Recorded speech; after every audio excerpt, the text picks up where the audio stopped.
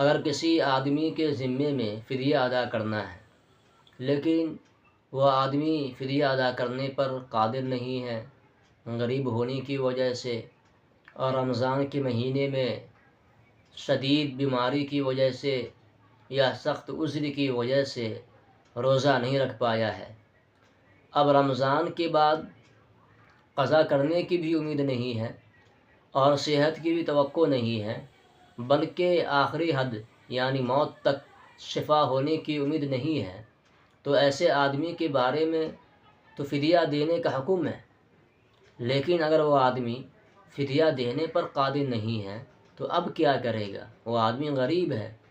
تو اس سلسلے میں مسئلہ یہ ہے، اگر وہ آدمی ہر دن کے بدلے میں فدیہ تھوڑا تھوڑا کر کے اگر نکال سکتا ہے تو پورے سال تک نکال دے،